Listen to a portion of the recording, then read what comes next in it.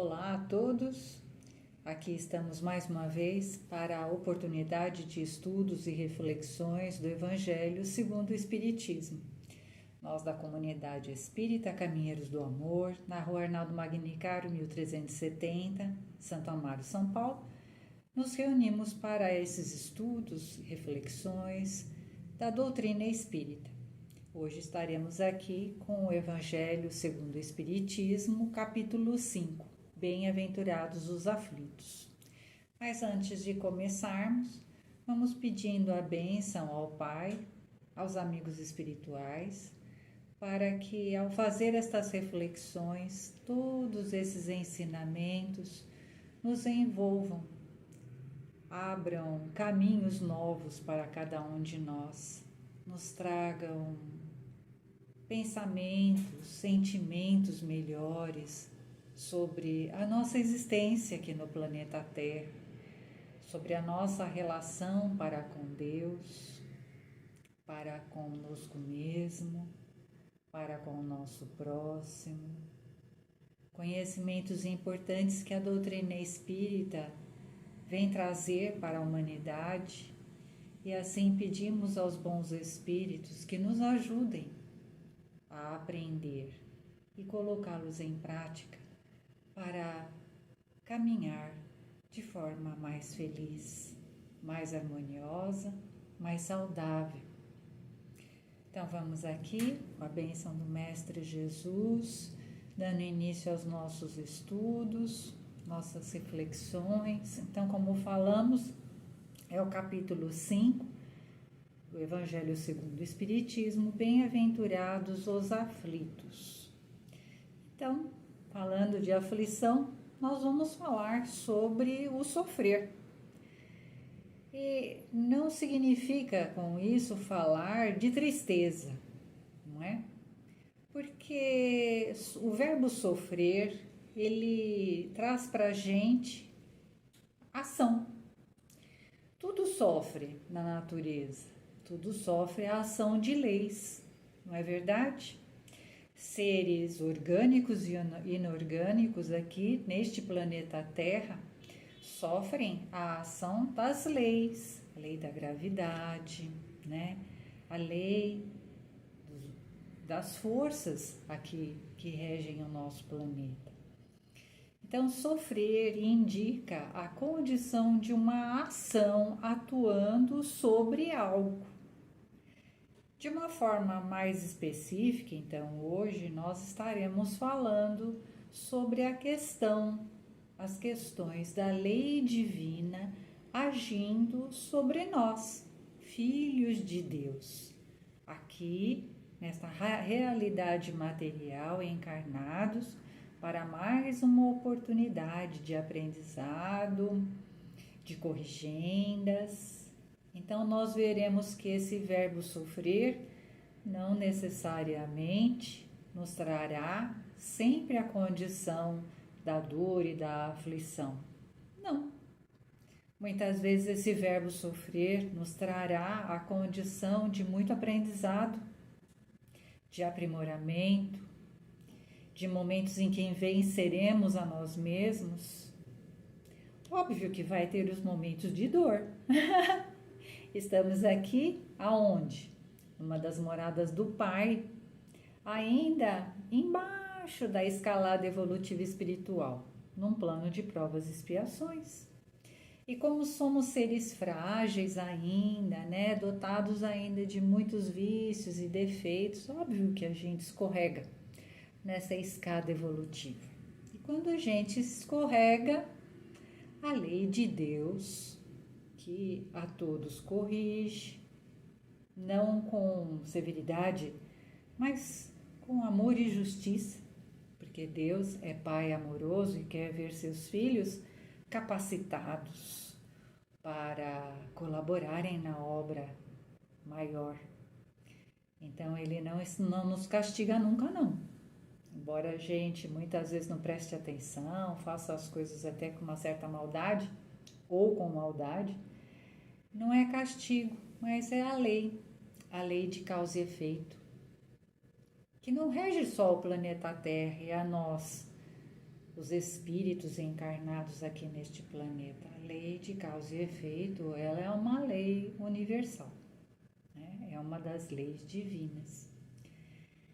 Então vamos lá, tentar aqui entender, não é? Uma visão mais esperançosa, não uma visão derrotista. Isso que o Espiritismo traz para nós, né? É ver a vida com olhos de filhos que querem se endireitar. Poxa, né? Eu tenho capacidade, eu tenho condições, eu vou vencer as minhas deficiências. Isso que a gente tem que pensar, né? Não com um olhar de derrotismo. Jogar luz no nosso caminho. É isso que Jesus está com a gente. Então, aqui o Kardec, ele começa este capítulo trazendo Mateus e Lucas, as bem-aventuranças. Ele traz alguns trechos para a gente poder entender, então, essa questão do sofrer, da aflição, né? Então, começa por Mateus e vai dizendo assim: bem-aventurados os que choram, porque serão consolados. Bem-aventurados os que têm fome e sede de justiça, porque serão fartos. Bem-aventurados os que padecem perseguições por amor à justiça, porque é deles o reino dos céus. Então, aqui Jesus no Sermão da Montanha, né? Trazendo aqui as bem-aventuranças. Aí depois o Kardec foi pegar um pedacinho lá em Lucas, também das bem-aventuranças, dizendo assim: bem-aventurados sois vós, pobres, porque vosso é o reino de Deus. Bem-aventurados vós que agora tendes fome, porque sereis fartos. Bem-aventurados sois vós que agora choram, porque rireis. Então, primeiro, né? A gente está falando a respeito das bem-aventuranças. Bem-aventurança significa você será feliz. É isso que significa, seria um sinônimo, né? Estará em felicidade. Felizes sois vós, os que choram, porque serão consolados. Felizes sois vós, os que têm fome e sede de justiça, porque serão fartos. Então a gente vai substituindo, né? Bem-aventurados por felizes. Porém, para ser realmente feliz, e essa está uma condição no futuro, né? Porque todos os verbos estão no futuro. Serão, sereis. Então a gente tem que prestar atenção.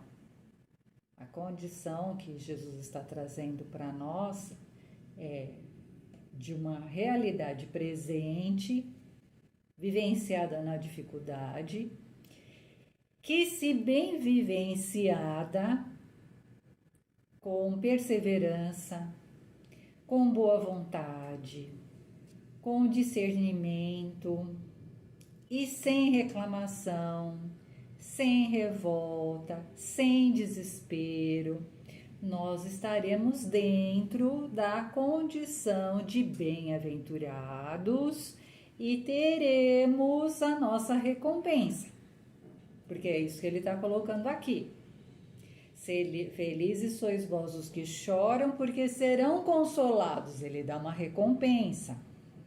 Felizes sois vós os que têm fome e sede de justiça, porque serão fartos. E assim toda aquela relação que a gente passou. Então ele está dando uma condição aqui para a gente, né? Para a gente poder alcançar essa bênção,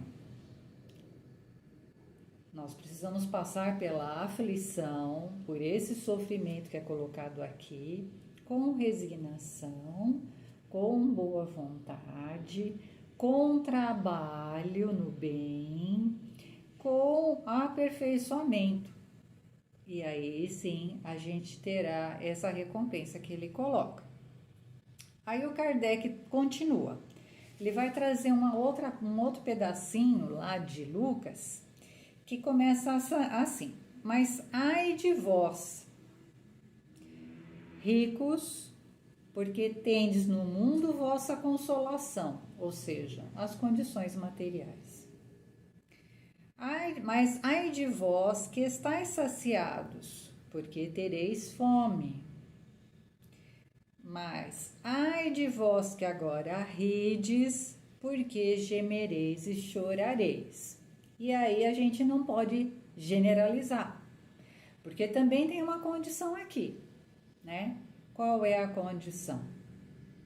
Aqueles que são apegados à matéria, aqueles que são poderosos e utilizam do orgulho, do egoísmo, dessa condição de usufruto próprio, exclusivo, dos bens que possui. Então, ai de vós dessas criaturinhas, porque a gente sabe que as condições materiais não são propriedades nossas. O Pai oferece a condição da riqueza como oportunidade para desenvolver a inteligência e as questões morais, na competência do trabalho que aquela riqueza nos proporciona para gerar riqueza para distribuir a todos, alimentando a pobreza, dando escolaridade, dando condições de trabalho, dando oportunidades de cuidados médicos. Então, para isso que existe a questão da riqueza material. Mas, como nem todos entendem assim e muitas vezes se encastelam, né, na questão do orgulho próprio, na questão do egoísmo e trazem para si a questão da propriedade material, é para isso que tem essa recomendação aqui. Então, você se apropriando de um bem que é para ser distribuído por ordem divina, você recai dentro da lei de causa e efeito, né? Você se apropria de algo que não é seu, em detrimento de outros. Muito bem. E aí, nós vamos ver, né, que Allan Kardec, então, nessa condição dessas escolhas que ele faz, ele nos explica que há sempre manifestação da justiça divina nas aflições.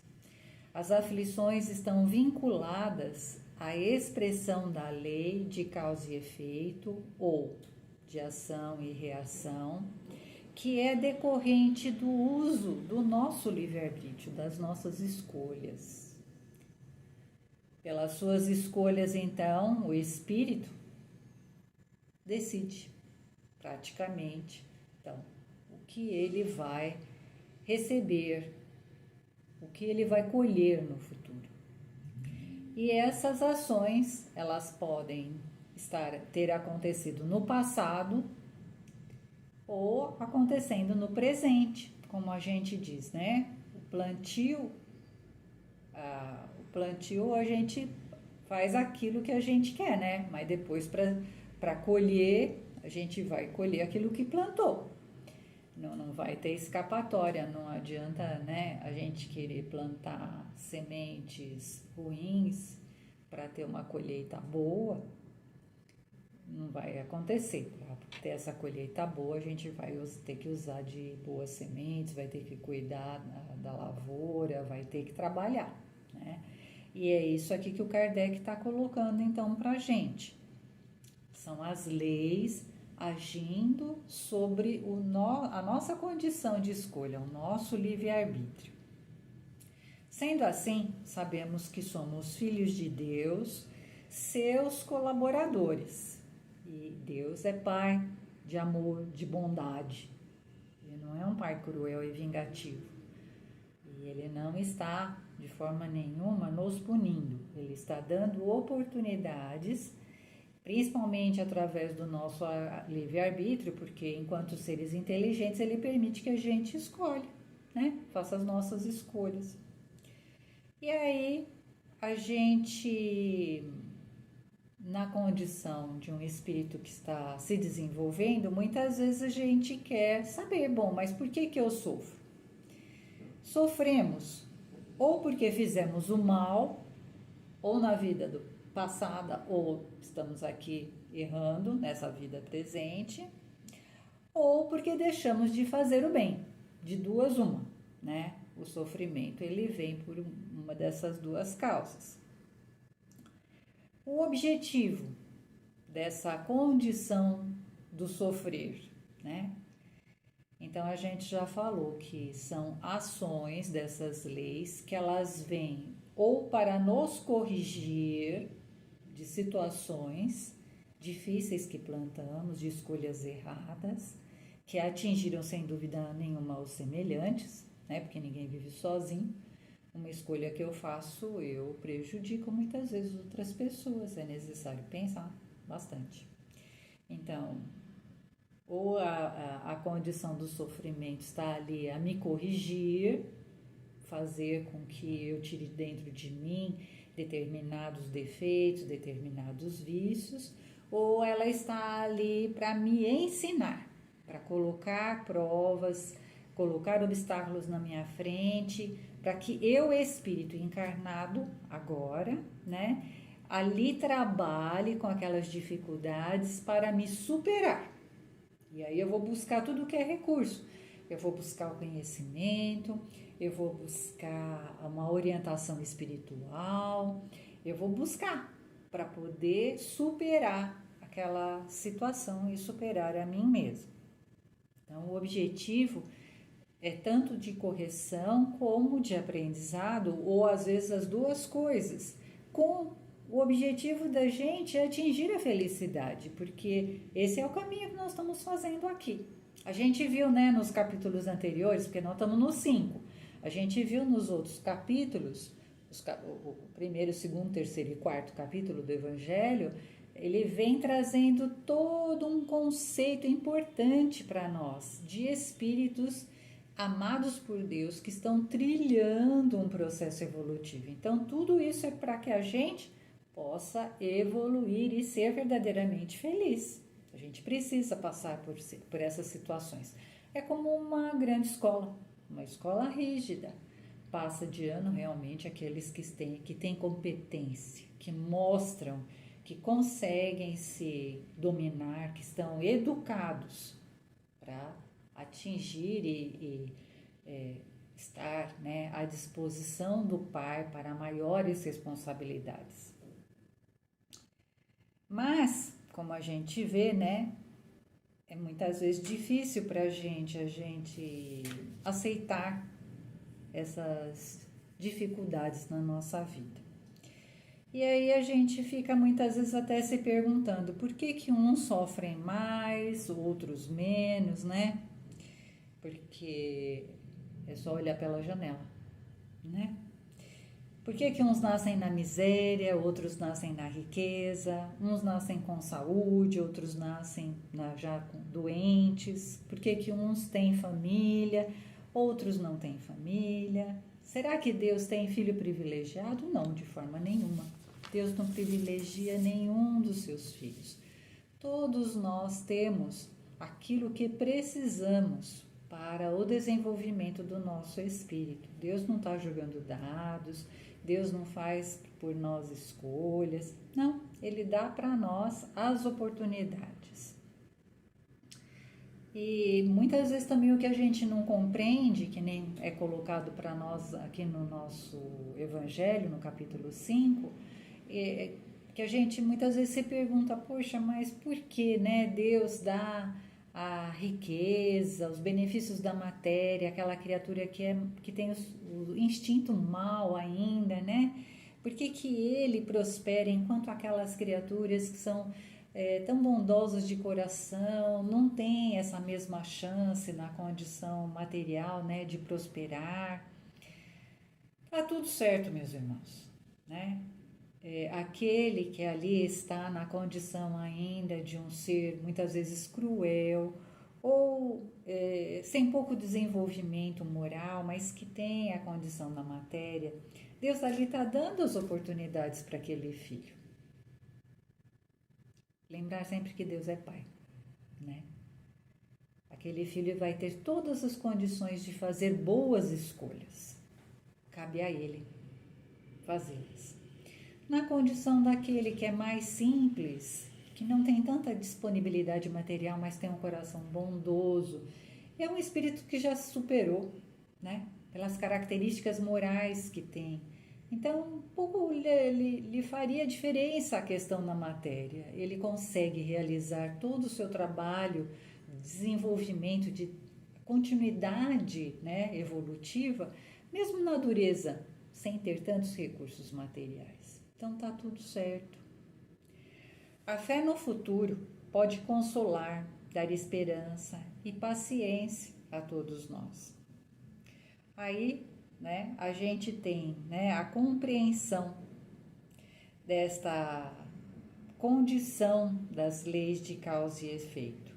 Jesus já tinha trazido para a gente lá no Evangelho o seu exemplo, as suas palavras. O Espiritismo, ele vem ampliar este conhecimento, trazendo para nós essa continuidade, né, da existência do Espírito, as muitas oportunidades que cada um de nós tem na criação divina. Então ficou mais fácil de entendermos todas essas diferenças, todas essas condições do sofrer, mas está tudo certo. Nós é que precisamos fazer as nossas boas escolhas para não sofrer muito, não é?